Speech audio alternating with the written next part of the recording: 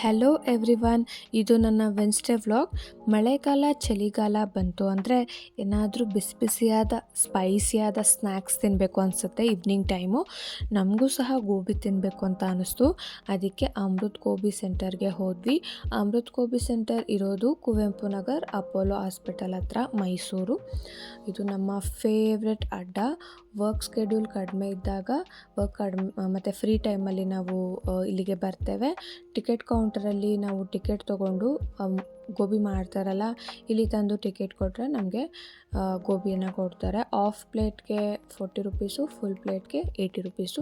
ತುಂಬ ಹೈಜಿನಿಕ್ಕಾಗಿ ಗೋಬಿಯನ್ನು ಪ್ರಿಪೇರ್ ಮಾಡ್ತಾರೆ. ನನಗೆ ಚಾಟ್ಸಲ್ಲಿ ಅಥವಾ ಸ್ನ್ಯಾಕ್ಸಲ್ಲಿ ಗೋಬಿ ಅಂದರೆ ತುಂಬ ಇಷ್ಟ. ಅಮೃತ್ ಗೋಬಿ ಸೆಂಟರ್ ಸ್ಟಾರ್ಟ್ ಆಗಿದ್ದು 1998 ಮತ್ತು 26 ಇಯರ್ಸ್ ಆಗಿದೆ. ಮುಂಚೆ ನನಗೂ ಗೊತ್ತಿರಲಿಲ್ಲ. ಲಾಸ್ಟ್ ಟೈಮ್ ಬಂದಿದ್ನಲ್ಲ, ಆಗಲೇ ಗೊತ್ತಾಗಿದ್ದು.